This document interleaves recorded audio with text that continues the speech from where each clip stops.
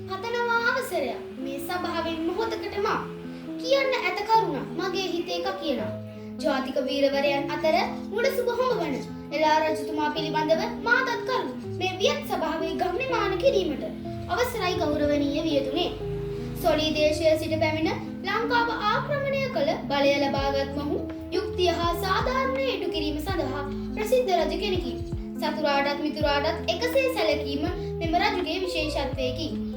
නඩුව විසඳීමේදී තම පුතාට රටේ සාමාන්‍ය ජනතාවට එක හා නඩුව ක්‍රියාත්මක කිරීම එලා රජුගේ චරිතයෙන් කැපී පෙනෙන ලක්ෂණයකි. රටවැසියන්ගේ අවශ්‍යතා ඕනෑම වෙලාවක දැන්වීමට හැකිවන ලෙස පහසුකම් සපයා දුන් මොහු වසර 44ක් නොකඩවා රාජ්‍ය පාලනය කරේය.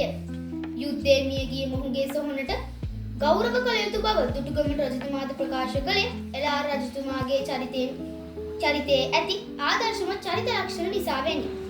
අපගේ පැරණි ග්‍රන්ථයක් වන මහා වංශයේද එලා රජු සඳහන් වන්නේ යුක්තිගරුක රජෙකු වශයෙනි. ගලා යන ජීවිතයේ එක් තැනක නතර වී කියනවා මට කතාවක් අද මෙතන මේ සභාවේ නතර වී හිතනවා මම හොඳින් ඌවායේ පාඩම ඔබට මගේ කතාවෙන් ඔබේ ජීවිතයට ආදර්ශ එකතු කර ගැනීමට ඔබ වාසනාවන්ත වේයයි සිතමි මම නිහඬ වන්නම්. ඔබ සැමට තෙරුවන් සරණයි.